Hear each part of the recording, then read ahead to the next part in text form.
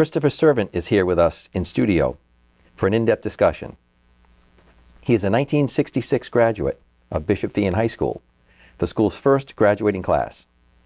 His wife Elise is a 1968 Feehan graduate. She is a nurse who formerly headed the ER at Sturdy Memorial Hospital. They are the proud parents of 4 Feehan graduates: Bill, 1996, Catherine, 1999, Christine, 2002, and Tim, 2004. And there are 5 beautiful grandchildren. Chris went to the University of Notre Dame in South Bend, Indiana, earning a Bachelor's of Arts degree in English in 1970, and then a Master's in Education from Rhode Island College in 1974. Since returning to Feehan in 1973, Chris has served as teacher, moderator, coach, principal, and president. And upon his retirement this week from Feehan, he has been the school's most visible and prominent advocate for half a century. Most of Feehan's 10,000 graduates know Chris in one or more of his Feehan roles, and all know of the remarkable level of energy that he has injected into every one of those roles at Feehan. Underpinning his trademark energy level is a clear and consistent message that Chris has imparted to students over the decades, that being the message of service beyond self. Chris, welcome, and thank you for joining us.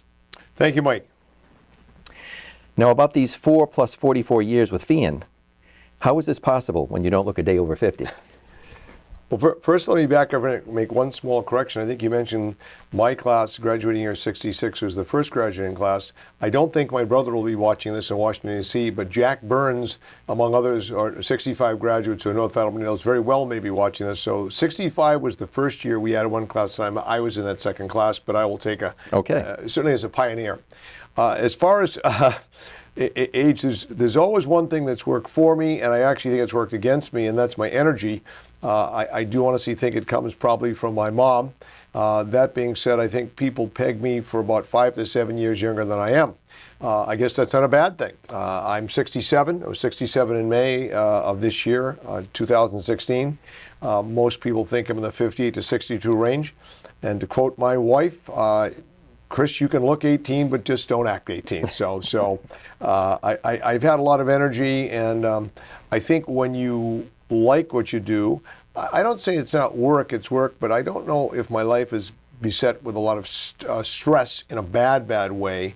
And I've managed to, knock on wood, been able to avoid catastrophic illnesses and things like that. And that's just fortuitous, I think. I do exercise a bit. I do eat the proper foods, but the point is I still think I'm fortunate. Well, Chris, let's start at the beginning. 65 years ago, July 7th, 1950, you're 2 years old. Your father, Bill Servant, passes away at the age of 31, leaving 3 young children. Your older brother, Greg, 3.5, you, 2, and your younger sister, Sue, 5 months old. Your mother, Priscilla, was 30 years old at the time of his passing. She was a beautiful woman and well-educated as a business accounting graduate from Bryant College, Miss Bryant, in fact. But she was on her she had 3 young children, all under the age of 4, and she was on her own. How does she cope? What does she do? Tell us about the day of her chance meeting with Margaret Boucher and about Margaret's husband, Ray. First, I think, like many of people, as you get older, I think you appreciate what your parents did for you. So as a high school student, did I know my dad was deceased and my mother was a single parent? Yes, but I think as a young parent, and later on as a middle-aged parent, I truly realized the challenges that she faced alone. One of the things that was very fortuitous for my mom is I do believe that God is good, and so a month after my dad passed away, my mother, who was faith played a key role in her life, was standing on the steps of St. John's Church in Attleboro. Most people listening will know who that was. And it was raining quite heavily. She had 3 children, and again, keep in mind, we're talking 3, 2, and 5 months old, so obviously she was holding one under her arm, probably holding one hand on one, and the other one probably just, my brother probably toddling at her feet. And she was standing next to and my mom had a vehicle. My mother had a vehicle. And so what happened is my mother was standing there, and a woman standing next to her struck up a conversation, observing they both were wearing the same shoes. A woman named Margaret Boucher, at the time probably several years younger than my mom. I think my mom, who was born in 1920, so we're talking my mom's 30 years old, was probably more in the 21-year age. A young single woman had the same shoes. She started talking. Margaret had an umbrella. no vehicle. My mother had a vehicle, if you will, no umbrella, and 3 kids. And one thing led to another where through mutual need, my mother gave Margaret a ride home. And in those days, in the 1950s, it was not uncommon to have men and women single-gender rooming houses. Margaret lived in a woman's rooming house on Bank Street. Her fiance, a guy named Raymond Boucher, she was not married, was away at the service at the time. And that struck up a friendship that continued to this day, 65 years later. How so? Margaret ended up providing my mother just another little bit of support and babysitting when she needed to get out to do a couple errands. Right. And then from that subsequent point, everything reversed itself. The servant kids ended up babysitting for the Boucher kids. That was when Margaret and Ray got married. And then the Boucher kids ended up, if you will, babysitting for my children, and so forth and so on. So here we are 65 years later. Rachel Brunel, her mom's maiden name is Boucher, graduated from Bishop Feehan 2 weeks ago, and this is the youngest child in this lineage. So from a chance encounter, resulted, if you will, through the kindness, if you will, and support of a family. And Ray actually played a big role in my life, Ray Boucher, as a young boy when there would be things like father-son nights at the YMCA. I would ask Ray to go, and he'd go with me. He taught me how to hit a curveball. In fact, to be honest with you, he's the first person that he taught me how to drive a car. I think when I was probably 15, obviously 16 was the driving age, but I do recall Ray giving me some informal lessons. Well, your mother Priscilla had a sister Lillian. Tell us about Lillian and her husband Jerry and their involvement in your life. Right. The Hegneys had a store, 2 stores in Attleboro that were called Hegneys, and those people who have a little bit of history in Attleboro would recognize that. Jerry and Lil, for whatever reason, it was never discussed with me, did not have children. My dad, who passed away, had one sister, and her name was Lillian. We used to call her Lulu. And Jerry Hegney he had been in Attleboro for years. His brother was a policeman, and they actually ended up because of my aunt Lillian's relationship, my father being our aunt, played a role of surrogate parents for us. And Jerry was an old-fashioned, old-school tough guy, which in fact I think at times certainly the servant boys needed a little more firm and guiding hand, and they provided that for us. And so in that regard, again, God provided in a different way. Why didn't they have children? I don't know, but they stepped in as a role of surrogate parents at times when my mother needed help, and we're most grateful for that. Mm-hmm. Well, Attleboro was a tight-knit community in the 1950s, and this was important for you and your family. You grew up at 5 Hope Street in Attleboro, a 3-family tenement adjacent to the railroad tracks. Tell us about the Attleboro community in the 50s, and in particular, the Combs, the Griffins, the Cassidys, and the McIntyres. Sure. One of the things that I tell people, and this sometimes surprises people, was I aware of the fact my father was deceased? Probably not when he died, but I certainly was as a youngster. That being said, I had a wonderful childhood, and I often attribute that to the fact my mother focused upon things that we had, not things we didn't have. That being said, I think what contributed a lot to that too is a perspective. I tell people I lived at 5 Hope Street. Anybody knows the general area? I mean, it's kind of a modest area, and I used to tell people, not facetiously, we thought it was Rome, Italy. We thought it was Athens, Greece. To us as small kids, the center of our universe was surrounded, was centered right there. And Attleboro was a community like many communities years ago. If you live within a mile or two to the center of town, your entire life revolved. It was not uncommon to walk downtown, there were things that were going on. However, what really probably sustained me in terms of the families in the neighborhood, I had friends that I went to school with, and looking back on reflection, I think of a guy named Chick Lacombe, recently passed away. His son Bill was a good friend of mine, and whenever we would go out to hit what we used to call flies and grounders, you'd go out and hit 3 flies, 4 grounders, you'd go out and just play a little informal baseball, not a game so much. They'd always include Chris Servant. I remember Mike Griffin, who lived up the street from me, his dad Chips was a bit of a character. I remember one day he had Mike give me a call, and he brought me up, and it was the first time I ever saw a lobster, and he released some 8 or 10 lobsters right on the kitchen floor and let them squiggle around with unpegged claws. And I remember us thinking that was fabulous. The Cassidys, David Cassidy and his sister Sandy, he had old sister Patsy. They lived around the corner. It's interesting. David's, and if I've got this right, his niece is a Feehan parent today.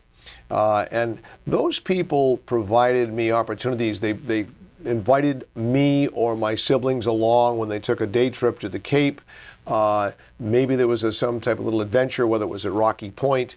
but the servants were included, not as a family, but as individuals. And I think what happened is that taught me a great deal about generosity, but it also provided me, if you will, the support that I may have been missing in my own home. So I'm always eternally indebted to those people, most of whom at this point have all passed on and their grandchildren exist.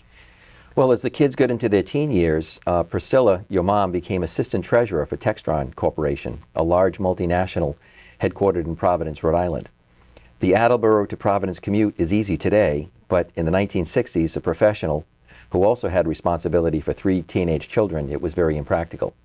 How did Balfour of Attleboro get involved, and in particular, George Bucky Gay, an executive in the HR department for Balfour? Well, what happened is common sense, much like, although things are relative, and I tell people the story of Fian, I said that, the analogy is, Fian was $200 a year back in the 60s, and if the financial aid was in the form of if you had an additional child in the school at the same time, you had a $50 abatement. So Greg Servant Sr. paid $200, Christopher Servant Jr. paid a $150, Susan Servant freshman paid $100. So someone said, let me get this right, $450 was the entirety of tuition at Bishop Fian, and today of course it's considerably more.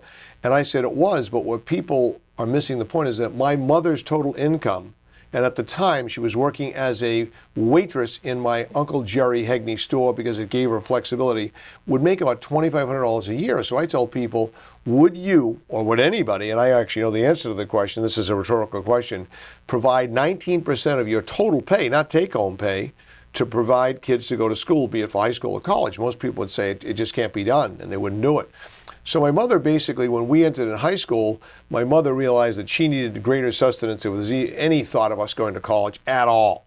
And so what happened is that she had a background in accounting. A friend of hers said, look, there's an opening as assistant to the treasurer. Textron at the time was an industrial trust building. Those people may remember that. The building still exists today on the 7th floor.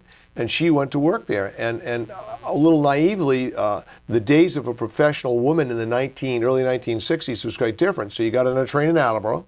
And it took you a half hour to get to Providence, so you got on a train at 7:30, and then you get back at 5:36 at night.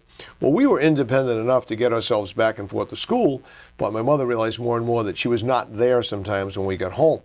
And therefore, she made a decision. It didn't matter what we needed in that regard. What we needed was right now. We needed a presence, if you will, of someone in the home. We weren't latchkey kids, and that's fairly common, I guess, and of the past few years. So she made a decision to seek a local job, went into Balfour's, had a friend that she knew from the YMCA, a woman named Maida Unterweger, and who lives in Plainville, still, I speak to her frequently. Maida basically said, look, there's an opening in the wage and salary department, and the guy who ran it was George Gay, known affectionately as Bucky. Peter Gay's father, the guy that actually is running this North Attleboro Cable. And Bucky Gay, basically, who I knew his children from St. John's, knew of my mother's situation, was empathetic to it, gave her enough flexibility to say, should there be a crisis, you could go. And actually, that experience ended up being very fortuitous because he was a kind, if you will, boss. But more specifically, it's funny how things happen. The time that my mother worked in Balfour's, and LG Balfour in those days was alive. He was the owner. Buzz Yeager ran the company. But there was a Balfour scholarship that to this day is given to the sons and daughters or the grandchildren of people that worked at Balfour's. That was LG Balfour, Lloyd Balfour's intent, to give back to the community, to allow his employees, if you will, to have an opportunity for a better life. We qualified. So the servant kids, all 3 of us, received those Balfour scholarships during the course, if you will, of our application to college, and it was often just enough to help us, if you will, get through those days. And that was a wonderful experience, and my mother, as I said, got an opportunity to also practice some other things where she was involved in the Balfours had a monthly publication. She used to write, be a pretty good writer, so she was able to be close to home. It was in Attleboro. It was for the people out there. It's actually where the Balfour Riverwalk is right now on County Street, which again is about a couple of miles from where we live and probably a couple of miles from Fian. So it was a very wonderful experience and one that made her life a lot less stressful. Well, it's September 1962, and you're now a 13-year-old entering Bishop Fian High School. That's young to be starting high school. What are the circumstances at home, and what are your first impressions of this brand new school, Bishop Fian High School, and the Sisters of Mercy? First, life was quite a bit different, as we can imagine. And so I said, what do you mean by that? Well, today I believe you have to be 5 years old and 9 months by your September 1st, I believe in North Attleboro, to go to, I believe it's kindergarten. I'm not absolutely certain for that. I think it is, because that's when kids are. So for me, my birthday was in May. It's May 6th. And I was 4 years old and started first grade that September. It was really for practicality reasons. There weren't the kind of support services they have for today. Social Security was existing, but they didn't have the kind of, if you will, government and federal expenses for people, if you will, who had single parent families. So my mother said she needed to work, and she needed to work as soon as she could. So we went to first grade. There was no kindergarten for me, so I went to first grade at St. Joseph's, and then from that point moved on to Willett School and St. John's in third grade, and eventually to Bishop Feehan. When we went to Feehan, the big draw was either Attleboro High School, which was very successful in many things, and Coyle High School, which was in Taunton, all boys. So it was kind of a draw between the two of them. And Bishop Feehan was actually a co-ed institution, kind of bracketing. In those days, back in the early 60s, there were a lot of one-gender schools, particularly female one-gender schools, Catholic schools, in and around the Rhode Island area. Bayview Academy, St. Xavier's Academy, but there were very few, if any, co-ed schools. So it was new, and I'll be honest with you, new kind of appealed a little bit to me. Secondly, my brother was there. It was an opportunity, if you will, to come in on the ground level. And to be honest with you, the senior class was the sophomores. So when I came in as a freshman, the sophomores were the oldest class. They moved one year at a time. I'm not sure that was appealing at the time, but it had benefits, because I'll tell people, gee, I played 3 years of varsity basketball. Well, the first year I was competing against no one but the group 1 year ahead of me, so by default. So for me, it was, I was going with a number of people. I think we had 43 kids in our class in grade 8 at St. John's, one teacher, and about 20 to 23 of them went to Feehan, about half. So I was going with some people I did know. And it so happened fortuitously, and a kind of a coincidence, we moved to North Attleboro when I was starting in grade 9. So I did know some students as well from North Attleboro, so I felt comfortable, and that's how I started, Mm-hmm. Well, in 1962, Feehan was the new addition in the Fall River Diocese, with Bishop Coyle founded in 1933 and Bishop Stang in 1959. What were the early enrollment numbers, and how important was this new school to the Attleboro area community? A small clerical thing. Monsignor Coyle, built in, I believe, 1928, combined in 1970 with Bishop Cassidy, hence Coyle Cassidy. So that occurred after Feehan. So it was Monsignor Coyle. They had a Cassidy and all-girls school. Again, these one-gender schools. Cassidy was all girls, Coyle was all boys. And they had Bishop Stang. And Feehan's enrollment, the first class was about 200. Ours was a little smaller than that. So we're talking about a full enrollment, and a perfect complement would be 800. It was probably a little shy of that, more like 750 students. I'm not sure if I remember the second part of that question, but I mean, that in terms of numbers. Well, it was a new school for the area, and it was important for Attleboro to have a new school in Feehan. Yeah, and it didn't start out necessarily being a college preparatory school. It was built, the mission of the school was built for the sons and daughters of the Catholic families of the Attleboro area. Well, many of the Catholic families of the Attleboro area were first and second generation Irish or French immigrants. Today, some 55 years later, I live in North Attleboro, but the school's in Attleboro. Today, it's a Laotian, Cambodian. It's a different nationality of people that are Catholics. So the mission hasn't changed, but the people who are serving that mission has slightly changed. Mm-hmm. There are very few first and second generation, if you will, French and Irish immigrants in Attleboro. So it's changed quite a bit, but in those early days, there were a number of us. Well, you've been a very inspirational figure in the Feehan family. You've inspired many people with the energy that you've injected into Feehan. But who inspired you as a Feehan student and athlete in the 60s? Tell us about the Sisters of Mercy and the lay teachers who guided you and inspired you at Feehan. Well, first, there's been many humorous tales, whether it be nonsense or whatever else. The religious sisters, and our order was the Sisters of Mercy, a black habit with a great white bib, and if you will, kind of their faces, everything but their faces were covered. Much like many sisters, were thought to be no nonsense. That corporal punishment, not severe corporal punishment, but receiving a ruler across your knuckles, if you will, was commonplace and accepted. So basically, there were people, the motivation for sending sometimes the children for the Catholic school was good, but not necessarily the best. What I'm saying is, it'd be a perfect situation. I want my child to go to a Catholic school if you'll learn more about their faith. That's a wonderful thing, and that would be in the purest form of motives. But some people sent them there to be disciplined. That where parents fell short, takes a community to raise a child, they'd say, well, the nuns will straighten you out. For me, I actually found the sisters to be, for the most part, very kindly, very thoughtful, very loving, charitable, and merciful. There were Sisters of Mercy. Were there some tough ones? You bet. That being said, my personality was one, I didn't necessarily confront these people, but For me, I could pick three people that come to mind in high school that gave me something beyond what I probably would have gotten elsewhere. I take the case of Harold Chet Hanowich. His grandchildren go to now, and anyone from the area might remember Mr. Hanowich as his teacher at Feehan, first athletic director that later went to Attleboro High School for some 30 years. He's now retired in Attleboro. He's in his 80s. Chet's grandchildren go to the school, but Chet Hanowich was a geometry teacher, football and baseball coach. And he taught me the value of something that I still use the phrase today, you don't hear it too much, it's called second effort. That if at first you don't succeed, try again, not just in football, but in life and in the classroom. That was a very, very valuable lesson to me. So I would say for me, and I didn't have a dad, he was a huge role model. I'd say a second one was a woman named Sister Rochelle, who later the sisters changed and they took their names. There was Sister Anne-Marie Postiglione, that was her actually name, and she taught French, and I'll never forget that was a class, and if you think of it, probably in language class, it's two things that are natural, the value of preparation and day-to-day, if you will, preparation, which in fact in a foreign language is something really we've discovered that it's something you should take 5 or 6 days a week, because the more frequently you encounter it, the better. And probably a woman named Sister Mary Noel Blute, and Sister Rochelle is alive. Actually, I saw her last year. We invited her out to pass out the diplomas for the first 50th anniversary class. She flew from St. Louis. Wonderful, dynamic woman in her late 70s, but still pretty dynamic and energetic.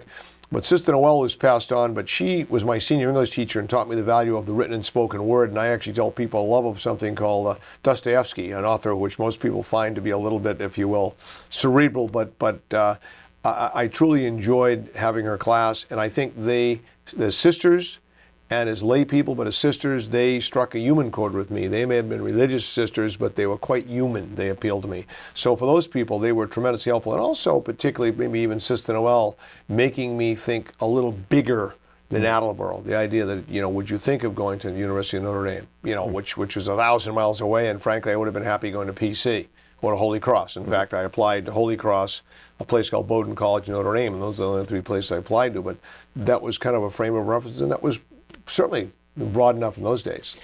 Is it true that you set a Feehan track and field record running in Converse canvas sneakers? Well, again, I was not alone in doing this. Back in the early, we're talking 50s and 60s, it was not, people didn't have the kind of equipment they have today. So eventually I did get a pair of track shoes, but it was not uncommon that if you played basketball, Converse was the sneaker of choice. The only sneaker to admit. I mean, I tell people there were 3 car companies and 8 models. Today there's 30 car companies and 58 models. But in those days, there was a basketball sneaker. You might have had Keds, but that was sort of a recreational sneaker. But there weren't things like Nike, Saucony and things like that. So what happened is I wore high tops, Converse high tops, Chuck Taylors that I wore for basketball. Then you'd segue into wear it in track. And when you practiced with them, they were fairly heavy. So actually they gave you some lift. I did run a 2-minute half mile in 880 when I was a junior.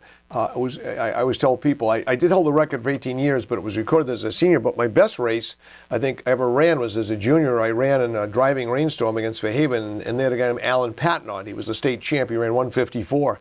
And in those days, Nick Bartek, he of the recreation director fame, taught at Feehan, and later moved on to Norton High School, was the recreation director at Attleboro, was our track coach. And you had a stopwatch with one time. It wasn't like multiple times and splits.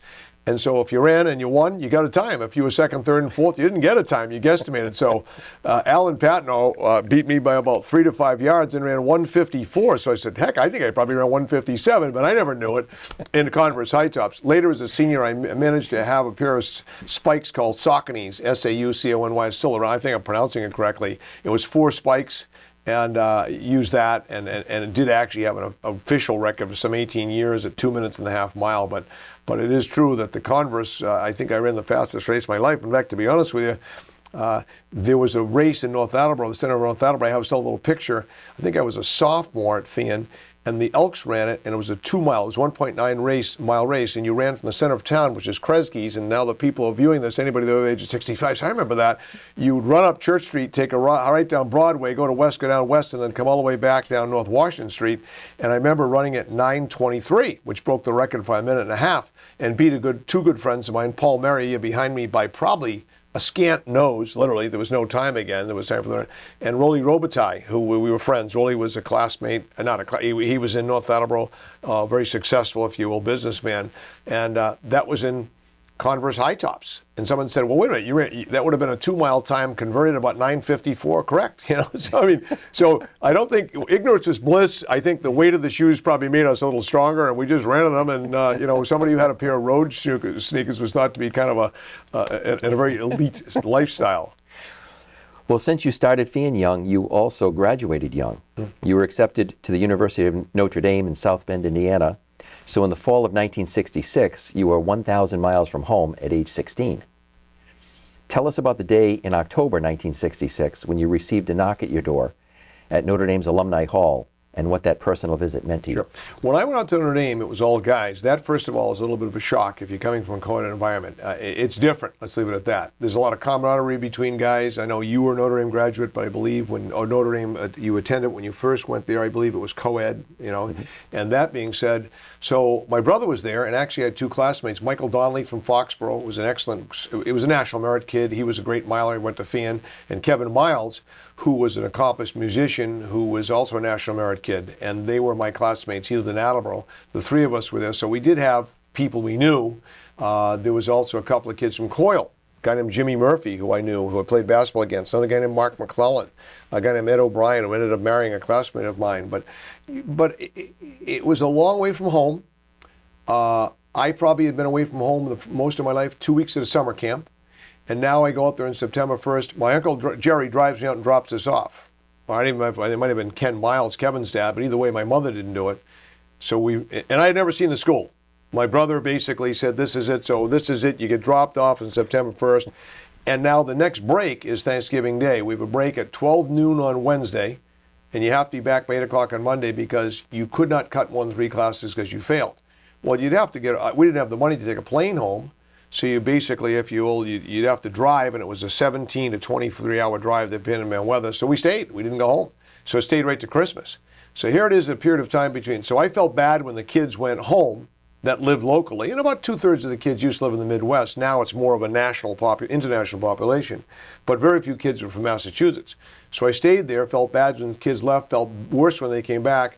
And we really had a real grind of a period before Christmas. Not exams. Exams were even worse. They were after Christmas, but you had to prepare for them, had the last couple of tests. And one evening, sort of feeling sorry for myself in my dorm room, 115 in Alumni Hall, I heard a tap on the door, opened it up, and I didn't recognize the guy, and introduced himself as Jim Brennan. Now, those people in North Attleboro would know Jim Brennan Sr. Jim, I'm hoping I'm doing you service here. I'm guessing he's between 79 and 83. At the time, he was a much younger man. He was out on South Bend on business at the Hammis bookstore. Jim owned he owned Jewel Cross. Mm-hmm. And he was out there, marketing his wares, said, I heard you were at school here, must have heard of Uncle Jerry, and said, would you like to join me for dinner? And so my brother Greg and I were with Jim. So a familiar face made a big difference. The old Cheers song, it's nice to be in a place someone knows your face. And I bring up that story because 2 weeks ago at the funeral of a North Attleboro guy named Ray Morrissey, I bumped into Jim Brennan. And I have known Jim now for well over 50 years. And Jim said to me, pulled me aside, hearing of my retirement, and said, if there's anything I could do for you, let me know. That same giving and generous spirit is something that I've always associated with Jim Brennan, a wonderful human being, and I've had the good fortune to know his family and have most of his grandchildren, his children in class and some of his grandchildren. Well, today you are a man of letters. Tell us about the English and liberal arts program at Notre Dame in the 70s. Who influenced you intellectually and spiritually at Notre Dame? Very clearly, there were two people. When I was a freshman, I took the freshman year of studies, which everyone took. And there was generally 3 strands. There was a pre-professional strand that you were going into engineering or pre-med and liberal arts. And the only differentiation was, I remember we were placed in our math classes. Calculus is a rite of passage in Notre Dame. You got to take it, doesn't matter. And at the time, I don't think I really was prepared well enough to take it. I didn't have a pre-calc class. I had trigonometry as a senior, but they would place you with other liberal arts majors based on your SAT score. I had a very high SAT score, so I was in a real tough calculus class, and it really took the life out of me. And the other kids were in the engineering, if you will, kind of a pre-professional phase. So what happened is, I remember meeting a guy named David Hibbler, my freshman English teacher, who, as a young teacher, kind of impressed him on me and how much I enjoyed his class. So when it came to selecting majors as a sophomore, I talked to a guy in the dorm, how do you know what to pick? And he said, what course have you enjoyed the most? And I said, I really enjoyed David Hibley's English class. He said, I would pick an English major. So I did, and in the process of doing so, this senior also said to me, his name was Jim Davis, said to me, Chris, in addition, make sure as a sophomore that you pick a class taught by Dr. Leslie Martin. You'll find out right away whether you want to be an English teacher. Well, Dr. Martin was a no-nonsense, pin-you-wriggling-to-the-wall guy that allowed you to make any opinion you wanted in class about a work of literature, but you had to back it up with a text. So Dr. Leslie Martin, without question, he was a bright guy. He was a Woodrow Wilson Fellowship winner. He was my advisor in college. I would say without question he was one. And the second one was a guy named James Burchell, who's passed away. Father Burchell was a guy who had a midnight mass, which may sound strange to somebody listening to this, but you're in a college setting that's uncommon, at a place called Dillon Hall that I think really was had a powerful influence upon me. Those probably three people more than anybody else. Tell us about the student-organized boxing event at Notre Dame, the Bengal Bouts. Why did you enter the tournament? Who did you fight? And what were the physical demands of the bouts as compared to your high school athletic career? Well, most people would be probably a little surprised. Boxing is mostly a thing of the past for everybody. Obviously, it was big in the 20s and 30s, but there were 8 colleges and universities that had boxing in the 1970s. They were the service academies, Annapolis, West Point, Air Force Academy, and I believe Coast Guard, and there were 4 other colleges, and I believe, I know Michigan was one, Notre Dame. And there were very few. It used to be a common thing for many years, but it was obviously because of the perceived, if you will, kind of brutality of it stopped. So what happened is at Notre Dame, the things I did in high school were football, basketball, and track. And in all due candor, anybody knows anything about Notre Dame football, there were 11 guys that were drafted into the NFL from the very first year that I was there. So the point is, it's just not something for the average high school player, and I was an average high school player. And basketball, in fact, was something that I enjoyed immensely. But again, one of the guys that was up there, I was a guy named Austin Carr. Most people remember he scored 63 points in an NCAA tournament. I think the record still holds for this day. So the point is, you sought other things. Notre Dame had club activities. Interhall football was really big. And yet, for some reason, I don't know if I at first thought, gee, I better concentrate here on my studies, because my basically dropping courses was a thing that was unheard of. So what ended up happening is, in the first year, didn't get involved in things the way I wish I probably had. Saw they had a Bengal Bouts tournament. The Bengal missions are in Pakistan. Notre Dame basically would hold a big tournament. They would train you to box, then you would box basically with a highlight, the championship round being on St. Patrick's Day, and they would send the proceeds to the Bengal missions in Pakistan. So what ended up happening, I saw it and said, gosh, I'd like to get involved. Well, the coach was a guy named Dominic Nappi Napolitano. He was a lightweight champion of the world back in the 30s, and he said, well, here's the story, servant. You got to do the novice bout. The novice bout's in the fall. At 6 weeks, they would condition you. They didn't just take 2 people and said, who wants to box? Amateur boxing, if people haven't seen it, you wear headgear. You wear a little heavier glove. Some people call it a pillow. It's not. Instead of being 12 ounces, it's 14. And then a lighter fighter might use more. And you box 3 3-minute rounds. The first thing was the shock, how good you had a condition you had to be. So when I went to the novice tournament and frankly got beat in the finals in the novice tournament, but they kind of established the motivation for me. I got beat by a guy who was a left-hander. And if anyone knows about boxing, right-handers and left-handers, whether it's in baseball or boxing, whatever, is always a little bit of or tennis, it's always a little bit of an unexpected thing. So I got beat by a guy named Jim McGrath, and he was a year ahead of me. And I went back and boxed in the regular tournament in the spring of my sophomore year. And I conditioned and worked hard, thought I was in pretty good shape, and got a chance to box in a welterweight division. And Nappy was a pretty good guy. He'd make you box and practice and spar with others along the way. So he'd have a sense of who was who. And then he'd create divisions. And it had to be relative to your weight, but at the same point, he wouldn't pair you up with a world-class boxer. And there were a bunch of kids. Boxing was huge in places like Chicago and San Diego. You mean boxing in what way? I'm talking amateur boxing, CYO boxing. Yes, kids at 8 years old. So you wouldn't be paired up with a Golden Gloves champ from Kansas City. Well, not initially, because I was eventually paired up with the Golden Gloves champ. So the first year, I probably got a little lighter slate and got a chance, if you will, to get to the finals and manage to win the finals. And I base it more on conditioning and my jab. I think it was more of a fighter than it was a boxer more than a fighter. And that led to the next year going up a little bit in class from welterweight to a middleweight, a little tougher division. Again, managed to go quarterfinals, semifinals, finals. And it was a lot of fun. What would happen is they would have you the night of the fight. You would have, the night before the fight, I'm getting confused here. I think it was the night of the fight itself. They would serve you a steak dinner. And that was provided for all the athletes. There was no training table, and there would be a steak dinner, but you sat across the guy that you'd box with. So you know, one guy would be gold, one would be blue, and the only supporters you have, it wasn't my family, but the guys from your dorm would come out. And so what occurred is that I actually very fortunate, had success that year, and again, ran the table, went undefeated, and won the championship. And the thing about Notre Dame is monogram letter jackets are big, but the biggest thing on campus is a boxing jacket. There's only one per division, per weight. And God, I had one. I was almost too humble to wear it. And then as a senior, Nappy saw that I'd made progress. Didn't he pair me up, if you will, in the finals with a guy who'd been undefeated for 3 years named Jed Irwin. Jed's he's an anesthesiologist out in Kansas City. I see him at our reunions, and he was a short, powerful look. He was a fighter. I was a boxer, and Servant's jab just didn't hold it, so I got beaten a split decision by him. But it was a wonderful experience. I've come to appreciate the conditioning. I've come to appreciate the toughness that the people, and today there's a little bit of boxing people see on Friday nights, and unfortunately, it's been superseded by this MMA fighting, which at times has a sense of brutality. I realized boxing was dangerous, as we saw Muhammad Ali, because of all these injuries to his head and the CT that led, they think, to Parkinson's. I mean, amateur boxing was at least controlled, as I said. Headgear, a little heavier weight, good conditioning. So I had a very positive experience. In fact, it was almost like Olympic boxing or service boxing. So I did actually, interesting enough, manage to go in the service after that. And the word some way followed me that I was a boxer. I was in a destroyer. I was, first of all, on a minesweeper. And they entered me in a tournament in San Diego under the name of the Energy Kid. What the name of the ship was U.S. Energy, and I fought a guy that had 147 amateur fights. I've had about 11, 12, and needless to say, I didn't last too long. One of the oldest tricks in boxing is somebody steps in to jab you. A very clever fighter will lunge forward and step on your toe so you can't back out, and he dropped me, if you will, with a nice right cross. Now, I did get up. I wasn't unconscious, but I was embarrassed and humbled, and as I said, it was a good experience. So if you think you're good, leave town. Well, at the time of your Notre Dame graduation, May 1970, the U.S. still had over 300,000 troops in Vietnam.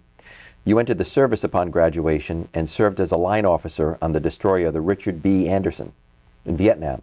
Tell us about your deployment and your service.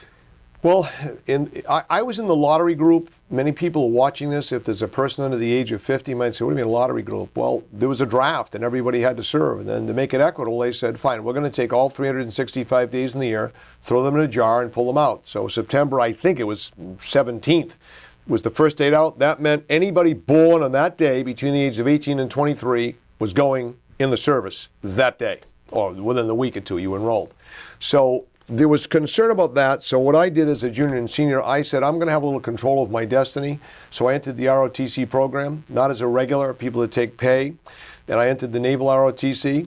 And so upon graduation, I was commissioned an officer on June 1st of 1970 and literally installed in my ship in June, I thought it was 4 days later, it might have been 5, June 6th. Literally went home, got on a plane, flew out, if you will, to Long Beach. And actually my ship was at the time, was in dry dock being repaired. And what occurred is that I was sent to a school, anti-submarine air control school. So I actually ended up serving on the ship for 2 what they call Westpac tours. A Westpac tour would be 7 months. You'd steam all the way over to Vietnam. We actually were off the coast of Vietnam providing gunfire support to Marines on the beach, SEAL teams. The ship I was on had the distinction of having 2 things. One, kind of humbling, it was actually the ship that was used in a movie called The Caine Mutiny. But it was also the first ship that was fired on not in Vietnam, but the adjacent country, a place called Phu Quoc Island, in fact, and it was Cambodia, one of the first ships fired upon. I was the first lieutenant, at-sea transfers, maintenance of the ship. I was an assistant navigator on the ship. I wasn't a career guy. In fact, I'd already applied to and accepted law school. So in the 1971, and I believe it was 1972, anybody who was a reserve, that is through Officer Candidate School, someone through ROTC, pretty much anyone but Naval Academy graduates, had an option to get out of the service. They were cutting out 25,000 people at a time. So I took an early out. Actually, I had 3 years active duty, 3 inactive. That was the rule. I actually get out after about 16 months of actually active duty. which worked out well for me because I anticipated starting law school at Notre Dame in September of 1971. That was the plan, but the point is that ultimately, if you will, that was my experience. So 2 back-to-back with a 2-week Westpac tours with a 2-week break. It was for me, and this may sound strange to someone, the service was a positive experience in that I was 21 years old because I graduated from college when I was 20. And I was in charge of 40 people on a ship with 210 people, 40 people, many of whom were older than me, if not most of all of them. There were a few enlisted men that were not. And so I had a lot of responsibility. I was away from home. I remember I was saying to myself, it was on Christmas Day, we're in the Philippine Islands, and it was like 95 degrees. Well, I'm from Massachusetts. On Christmas Day, you should be home, and it wouldn't be 95. So it was a growing up experience. And I've said this, and my wife and I have debated this point. I feel very strongly about service to the country. My wife is someone who has great trepidation about having our children, who now they're older, serve for fear of what could potentially happen, and that's true. But I still believe strongly in it, and I'm very grateful that I actually was able to serve, but also more grateful that I probably did not suffer any life-impairing injuries. So you were accepted into the law school at the University of Notre Dame, and Priscilla, your mom, gave you some important career advice.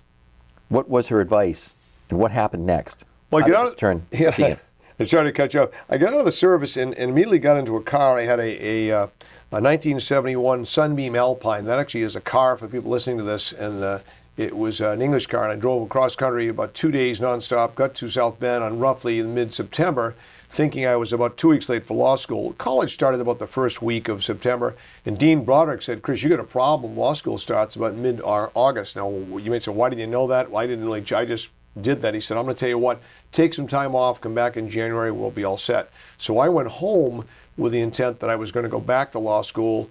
One thing led to another where, I did a little bit of work. I mean, I was still, my faith was a big part of my life. I taught CCD over at St. John's and did a little bit of substitute teaching there. And what occurred is that I was offered a job. A friend of mine, a couple of people said, hey, look, we go up to Vermont on the weekends. On Friday afternoon, we go up and we actually ski bum at a place called Mount Sunday River. It's under Mount Snow.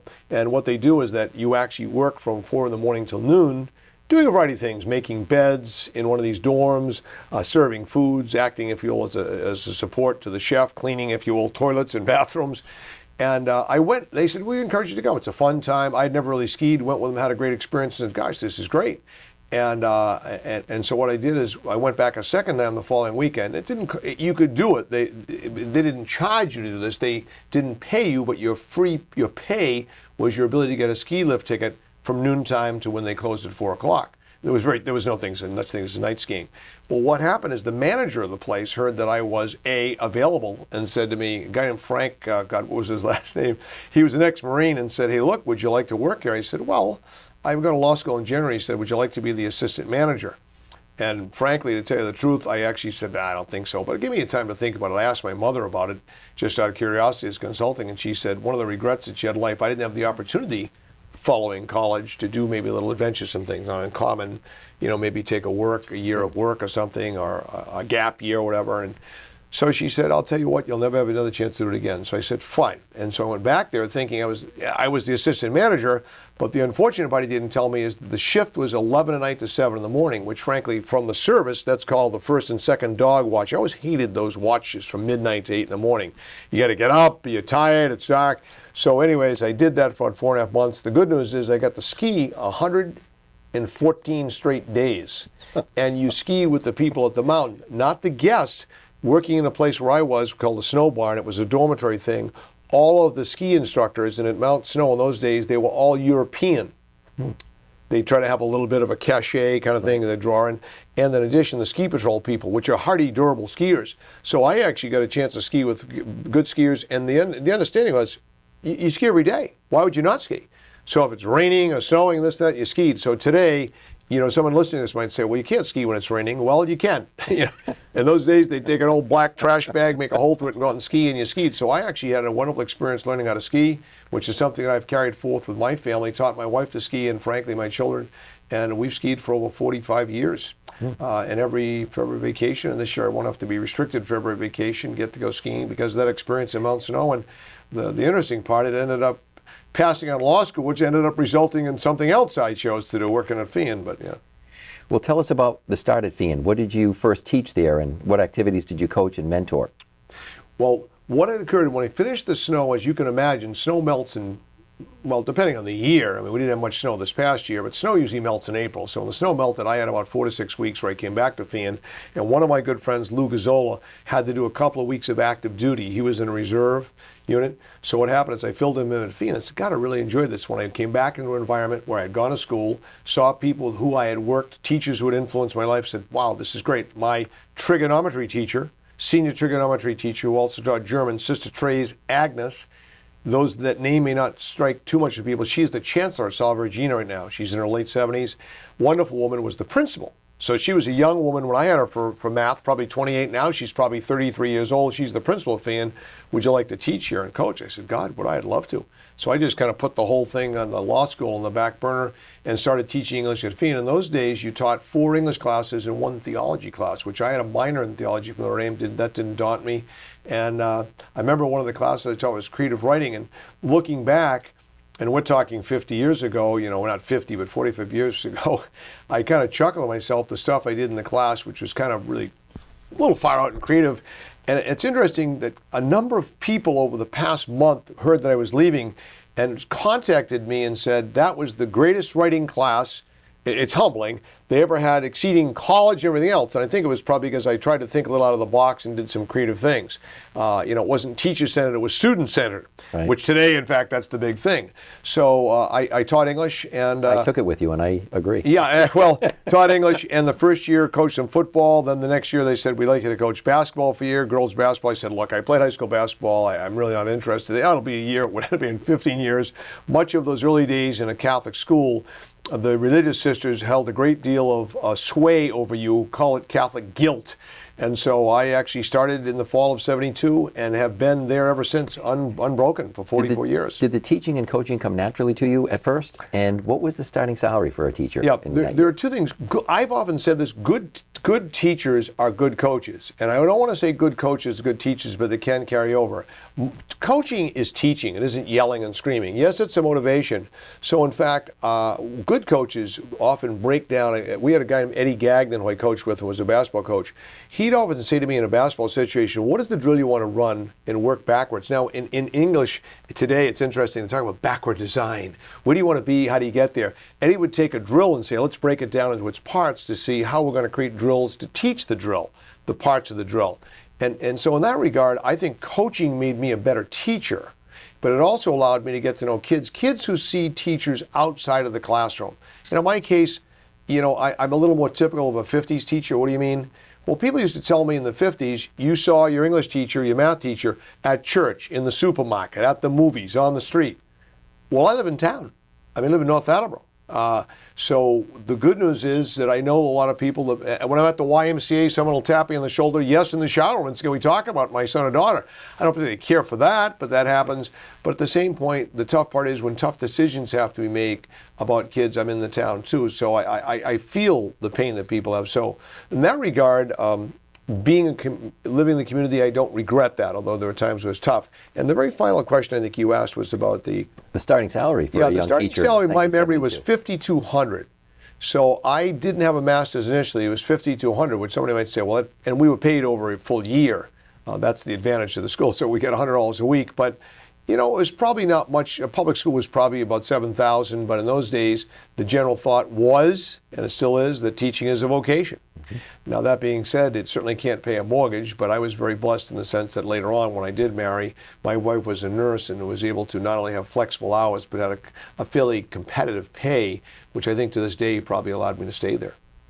Is it true that you drove an orange-colored Karmann Ghia back and forth to FIAN in the early days? I did. When you buy your first car, and if you've never owned a first car, at some point you will, I hope. I had never had a new car, so when we got married, my wife and I said, well, let's buy a car. And we both leaned toward a MG. And in fact, Sarones used to have it, and the woman up there, Mrs. Krauth, since passed on, actually her grandson just graduated, was the student body president. They sold MGs.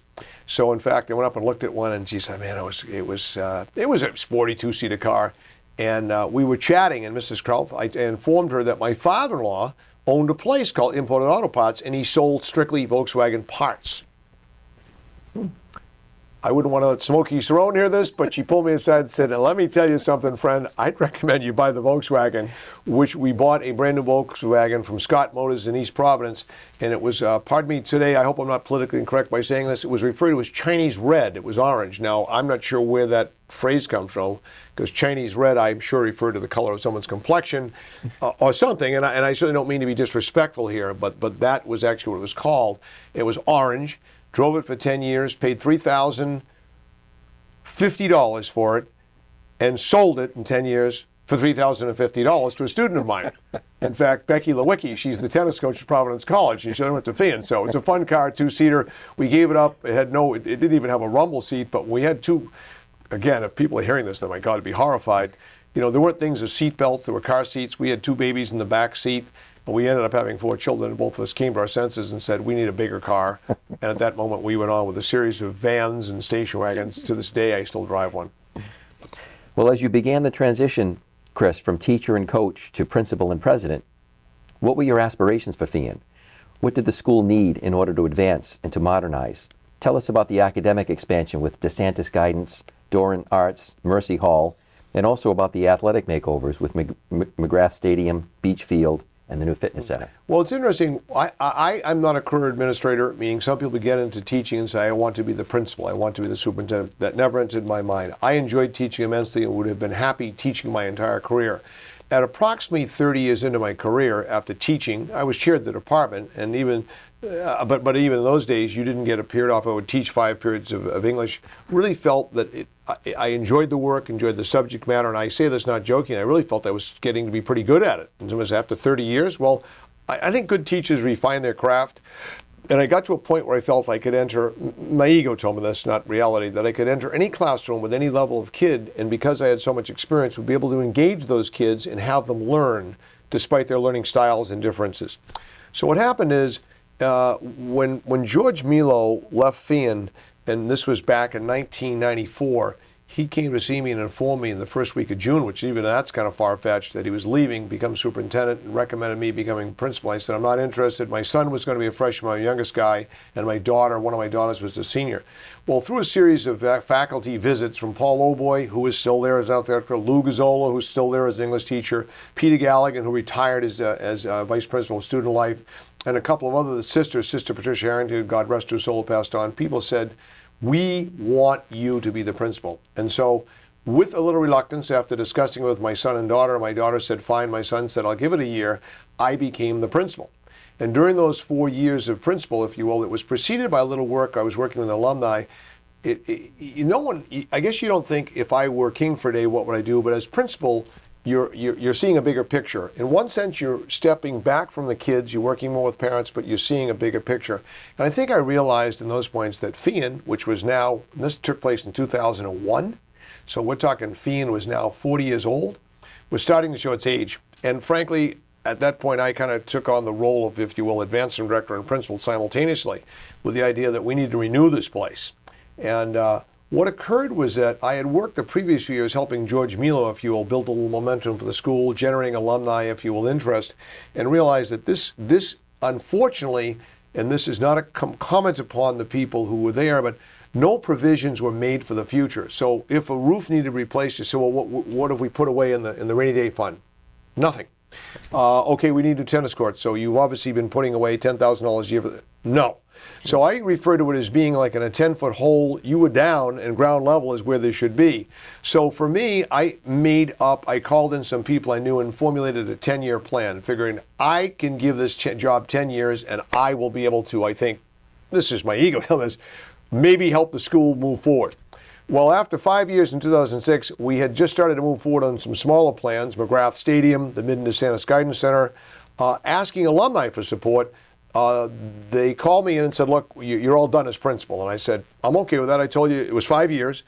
I told you when I started this job that I didn't mind going back to the classroom. No, we don't want you to go back to the classroom. We want you to become president. I said, well, what do you want me to do? And they said, well, we want you to basically to work with alumni and parents and basically, if you will, in a sense, refurbish the entire school. And so from that point on, really my entire focus changed into more of an advancement kind of thing. I had 3 jobs: mission of the school, strategic planning, raise the money, and the third part was the part that the faculty gave me a hat that says my job's secure on the front, and on the back of the hat it says because nobody wants it. Asking people for money, in a sense with nothing in return except gratitude, is a challenging job. I'm not going to say it was not. I appreciate Paul Oboy telling me, "Servant, you were built for public relations." Well, that may be true, but the truth of the matter is I don't have a degree, if you will, in marketing. I am who I am. My greatest strengths, and I think I know them, I have a great deal of institutional knowledge. That is, I was educated at the school, I lived in the community, my brother and sister went, my children went, my wife went, so I had a great understanding of the school. I lived in Attleboro. I didn't live in Bridgewater. I didn't live, if you will, in Mansfield. The second part was I had a wonderful experience at the school. It was probably connected to the fact of the kindness that people extended to me as someone who knew no one. What do you mean knew no one? Well, I mean, I knew, but I mean, I'm the child of a single parent family. There was nothing special about Chris Servant, but someone in the school building said that someone is special about everybody. Everybody here is somebody. And more importantly, we have something for everybody. And so the sisters realized that, Chet Hanowich realized that, and brought out the best in me. So I always had a deep affection for giving back. And the third thing was, I said, you know, I'm a person that likes challenges. I think I can do it, probably a little too optimistically so. And so the rest is history. For these last 11 years as president, I've worked almost exclusively with, interesting enough, former students who are now parents and grandparents. So I was working with people I had in class and working with present people's parents, and had an opportunity to travel throughout the country and bit by bit, piece by piece, rebuild the school. And I said the school wasn't falling down, but like anything else, whether it's athletic fields, whether, if you will, it's certain might consider luxuries. We used to have the graduation, as you remember, for years and years in the auditorium. It'd always take place the first week of June. You'd put 1,200 people in there, the temperature would be 85, and then it would be 105 with those 1,200 people. Well, on the 50th anniversary of the school, we put in air conditioning. It certainly isn't a luxury, but that was a little nice benefit. We had the opportunity to make some changes, for example, because we're not restricted, but what you find out in New England is weather plays such a key role in everything you do. And the turning point for me was, it was interesting, we had a real good athlete named Nick Schwieger, who was from Norton, who played at Dartmouth, and he was an Ivy League player there twice. And I got a call from the athletic director, and he said, "Chris, this is so-and-so, and you know, we're coming down to play Brown this weekend. We're staying in the Mansfield Holiday Inn.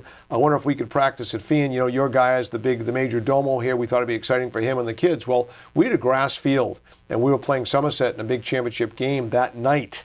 So to let them run around on the field, would have turfed it up? The answer is no. So what happened is we found out that synthetic turf, for example, is something that affords the school the flexibility of it. McGrath Stadium was the most underutilized field in the world.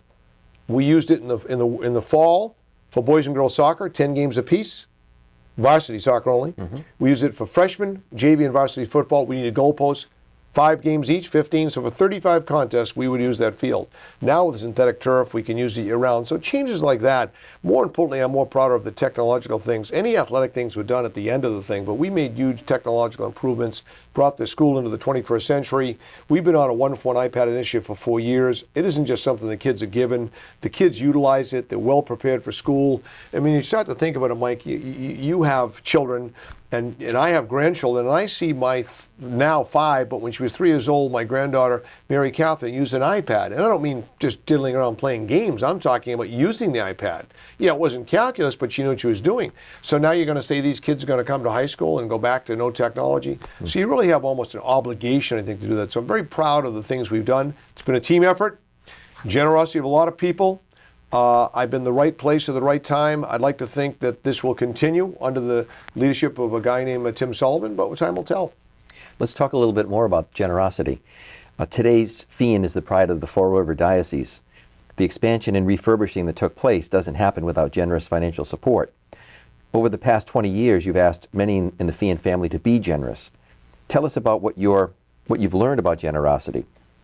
What did the generosity of others do for you personally, and what does the generosity of the Feehan family do? It's interesting. I've given a lot of thought, not because of this interview, but I've given this a lot of thought because it really is, what is it makes people do what they do? And I would say, first of all, number one, I have 5 or 6 little, what I would call either principles about generosity I believe strongly in. Number one, that having means and being generous are not necessarily companions. So just because you're wealthy doesn't mean you're going to give. And just because you're poor doesn't mean you're going to give. The second thing I've also discovered is that generosity is not innate. It has to be learned, usually observed initially, then learned through seeing someone do it. In my case, my Uncle Jerry, my father-in-law, Henry Messier, others. It doesn't have to be just financial generosity, but it has to be practiced. So I often say a person who's going to give you $250 won't give you $250 until they've given you $25. And if they've given $25, they may consider $250. And if they've given you $250, they may consider $2,500. And if they've given you $2,500, maybe $25,000. But you're not going to have someone just give you $25,000 cold. Okay? In addition to that as well, generosity can be many things. It doesn't have to just be your treasure. It could be your time and your talent. We have people give a lot of time and service to FIAN. I think I am a perfect example of someone who is the result of others' generosity. I'm a young child. I have no father. Neighbors, if you will, invite me to come over, do things, whether it's Sunday dinner, whether it's to play a little baseball, a little wiffle ball, whether it's Raymond Boucher going, if you will, as I mentioned, to a father-son night to me, whether it's sisters in school or brothers or lay people taking time to help, if you work with me, not sympathetic to me, but realistic to say, here's a person that may need a little more time. So therefore, I observed that through the course of my life. Jimmy Brennan stopping in at FIAN. Years and years later meeting Jimmy, Chris, if I can help you. So I have been the recipient of a lot of generosity.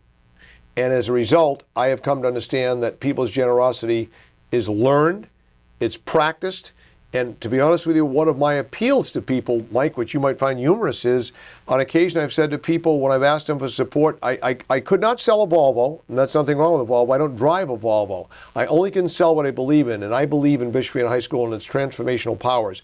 I can sell that to you because I am a product of that. I believe in it. It isn't the best book I've never read. This is an experience I've undergone. I believe in it. My sons, my daughters went there, sons and daughters. My wife is. I believe in the transformative powers of it. And so when I'm talking to people, sometimes I'll say to people, I'm going to give you an opportunity to experience something you've never experienced in your lifetime, a feeling like nothing you've ever had before. And that is to transform the life of a child by your generosity to the school.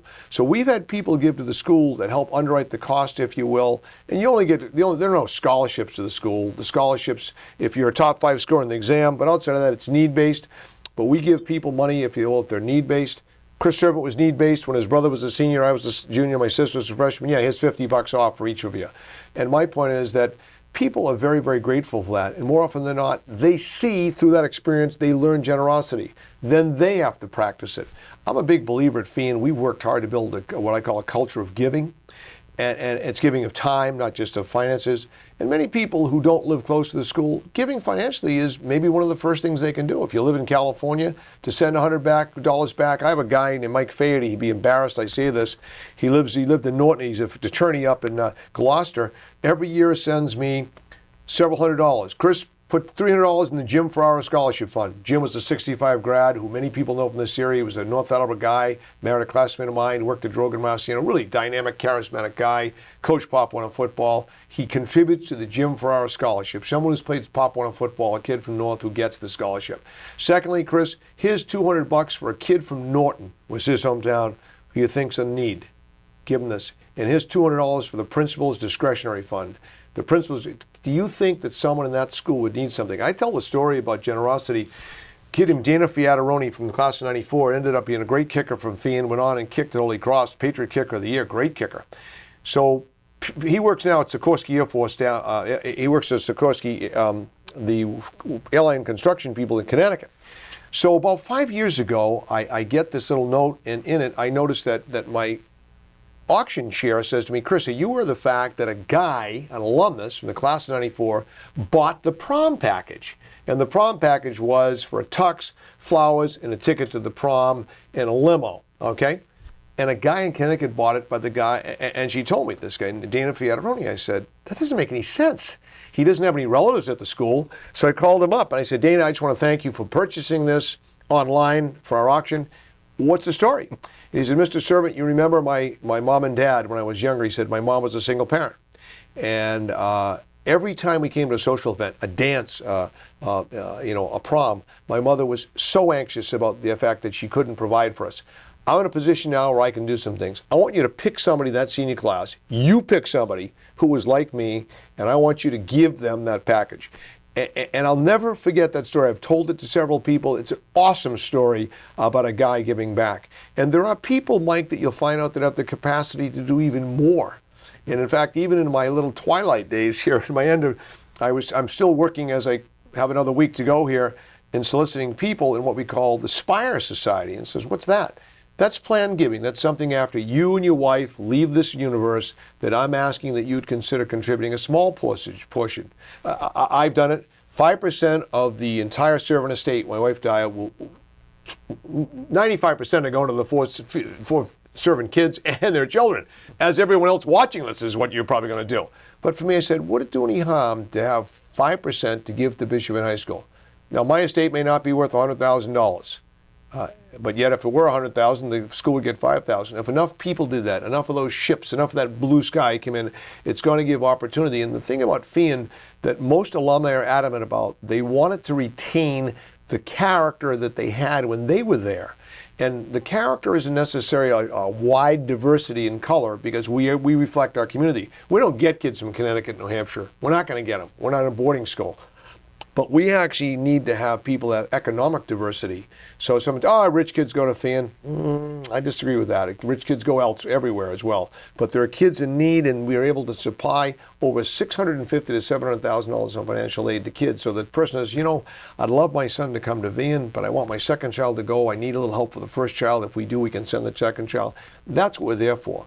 And so, I'd like to think that for me, Fien has been an unbelievable opportunity, and I'd like to think I've made a difference. Time will only tell, and I'd like to think some of the differences I made, I tell people, will only be realized long after I'll leave this world, where maybe something happens in terms of a planned gift.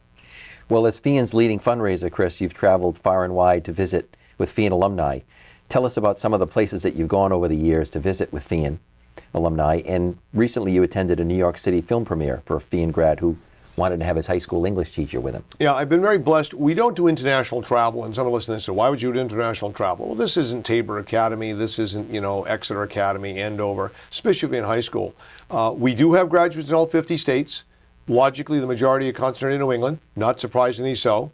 And I make an effort, if you will, to do a lot of standard things. We do a little Boston social event. We do something in Providence. We do something in New York. I would say 3 or 4 of the ones that stand out most to my mind. So we scheduled one in New York. One of our grads, a wonderfully generous man by the name of Bill Midden, had a plane and flew me down there from Mansfield, okay? He flew me down, and we went to Trish Cronin, class of '82, basketball captain for the team that I didn't want to coach. She ended up marrying, a guy named Mark Malloch Brown. Mark Malloch Brown at the time was the number 2 guy to Kofi Annan. He ran the United Nations. Many people, older people may recognize that. And so we actually had access to, thank you to Trish, to the delegates room at the United Nations after 5 o'clock when the place was closed. And it was fun because we invited everybody from Fien in the area to come down and to experience it. It was a wonderful gathering, 30, 40 people. That was a great event because Mark Malloch Brown, her husband, came down and said, my wife asked me to come down and say hello.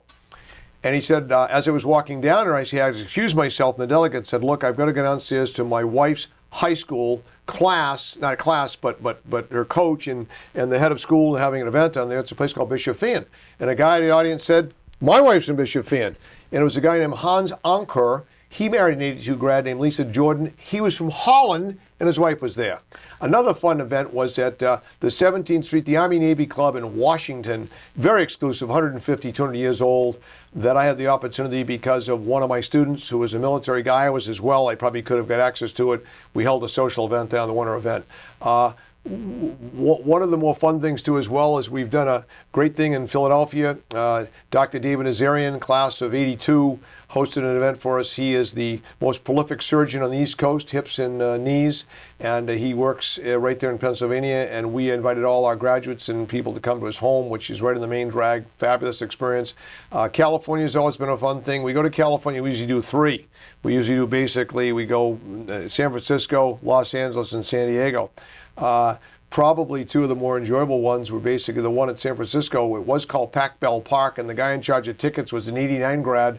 So what we did is we arranged it when the Giants were out of town. He had the keys to the kingdom. We're walking all over the field. It was the first or second year they built the park, and we had people come in there and just had a wonderful time, as you can imagine, and that was Pac Bell Park. I would say another one that might stand out as well was that, probably, I'm trying to think, the Washington, D.C. At one time, another one there, we had right behind the White House is a place called Ebbets Grill. It's probably 250 years old. It's right near the White House. It's unbelievable. And we had, again, an alumnus who managed to set up the things for us and allow us to hold an event there. We've occasionally been at people's houses, been very grateful. So I realized all of the purpose of gathering with FIAN alumni to talk about the good news of FIAN, sometimes with a specific cause to say we need your help, other times just to simply get on the road. So I've been blessed 10 times over with going to and seeing places that never would have happened. Mm-hmm. Chris, your wife Elise chaperoned 44 proms with you and attended countless athletic and community events at FIAN. Shouldn't she be getting the retirement party? Interesting enough, at the last prom at 9:30, the vice principal of student life, Al Svensson, who many people remember, who's lived in Attleboro, his wife, and his wife Trish is actually the head librarian, I believe, in North Attleboro in the school system. So people listening to this, Al says, excuse me, I got to get a phone call, and he steps out of the prom and comes back in and says, hey, Chris, your daughter has been trying to get a hold of you for the past 2 hours. Well, I shut my phone at these events. I'm not a guy that, when I'm at an event, I'm totally there. A lot of people are playing around on their phone. No. So what occurred was my daughter, Catherine, who has 3 young children, 5, 3, and 1, it so happened that one of her children, visiting a neighbor, a relative, had actually run into someone headlong and been knocked unconscious, and they had taken her to Rhode Island Hospital, and she was trying to get a hold of me and my wife, so my wife could come to the house, take care of the 1 and 3-year-old while she and her husband went to the hospital where the girl was already there. So my wife deserves more than, if you will, a retirement party, although we had one for her already. And to tell you the truth, I gave a little testimony to her at the last, we had a little social event a couple weeks ago, because without her working as a nurse, both financially and flexibility-wise today, I mean, God, the challenges of daycare are beyond belief. I know because my children have to have them. I would walk home. I didn't coach those years. I'd walk home. I'd get home at 2:45. My wife would kiss me. I'd go out the door from 3 to 11, and I would then take the 4 kids, which she'd have during the day. And so for years and years, she's adjusted her schedule to, if you will, school vacations. She likes to ski. I like to ski. I think we could ski more in one day if we wanted on vacation week, but no, it's got to be a vacation week. And even this coming up, my wife's going to Block Island this Wednesday, and I said, I can't go. And she was me. I said, well, the school doesn't finish until 11:30. We have a mass at 10 o'clock, and I have to be there. So she's accepted that and understands, and not that she has to be there, but I have to be there, and I'm not going to cut my my commitment short. So yeah, you're absolutely right. My wife deserves a great deal of credit for this. Chris, you look too young and energetic to retire. Tell us about your retirement plans, and how do you plan to stay in touch with the FIAN family? I tell people I'm not moving away from FIAN. I had a great experience in moving toward my 5 grandchildren. My 4 children in a very curious situation. They are 36, 30, I say 36, 34, 32, 30. Got married in that exact order. They all got engaged at 27 and married at 26. And now, Mike, you have 9 children. That's rather unusual to have children all married. And in addition, if you can follow that rhythm of that, they got married, if you will, within a 7-year period once they started. And then they started having children. So we have 5 under the age of 5, 5, 4, 3, 1, and 1. And I'm not limited to say that I know, but there's more coming shortly. So my wife and I feel we could play a bigger role in their lives. That's probably the primary thing. The second thing is that my wife and I have always been, she's worked hard all her life. It wasn't that she stayed at home 20 years and went back to school. There's nothing wrong with that. But she's worked for basically the better part. She worked 40 years at Sturdy Hospital in the ER. We've always been people who've given of ourselves to our family and to our jobs. And I think the timing's right. I tell people I have no idea. I've never been retired, neither has she. So I'm 67, she'll be 66 in August. She probably wouldn't want me telling people that. But the fact is, I'd like to think that, that maybe in the next 3 to 5 years, we should try to take advantage of opportunities that we can do with each other. One time somebody told me that, hey, when you retire, it's go, go. Very shortly, it's go slow. And then if you wait too long, it's no go. So frankly, I think at this point, I am of reasonably good health, as my wife is. Things can change. We all know that. God willing that they don't. So I'd like an opportunity to do a few things with my wife, which I plan at least for the immediate future. But I would also think that I consider her my best friend. I mean, people dread being at home altogether, but I don't think maybe I will fail at retirement. I don't know, but I don't see myself sitting on my hands. I absolutely see myself doing volunteering, and with reference to Bishop Feehan, certainly as a consultant, absolutely present at certain activities, concerts, athletic events. I tell people my oldest granddaughter starts in September at St. Margaret's in Rumford, so she starts kindergarten. 9 years is a lot closer than you think, and I hope that I am here to see her go to Bishop Feehan, and we're building for the future. So I tell Tim Sullivan, who's the president coming in, that that the trajectory needs to be upward here. We want these kids to be challenged when they come in and have good facilities. Well, what is your aspiration for Feehan in the next 50 years?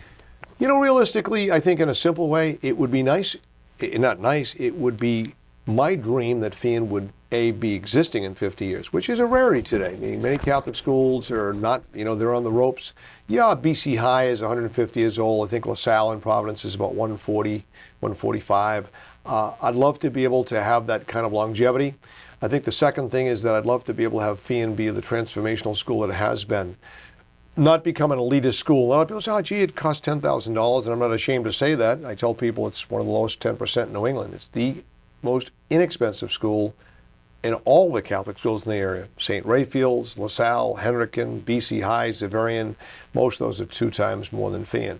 So Feehan has tried to be sensitive to the fact that, yes, things have changed, and when you go over $1,000 for some families, that's actually too much money. And those people, we still have to be able to find them, seek them out, which we try to do the best we can. When a person applies to Feehan and is worthy of getting in, and then applies for financial aid, we do the best we can to work with them. So I would hope that Feehan would be here. It would disappoint me if Feehan were not. Would it mean my efforts were for naught? No, things change. Things change. I mean, I'm realistic. Hey, I know you're a great baseball fan. I have serious concerns about baseball with the advent of lacrosse, but I honestly have serious concerns about football, which you played and I coached you. And I don't know. I mean, today it's a tough thing. What we know about these activities change. It doesn't mean they're bad things. So I hope Feehan will be here in 50 years and flourishing, not just if you're limping along. Time will tell. I think if we find enough, if I've planted enough seeds along the way, and I believe I have, some of those are going to grow. And somebody's going to say, you know something? I'd like to work at Bishop Feehan, or I'd like to be like this teacher, or I'd like to be like that coach. They'll come back, they'll serve, they'll work. And if they do that, I'm very confident that the school will continue to grow and flourish.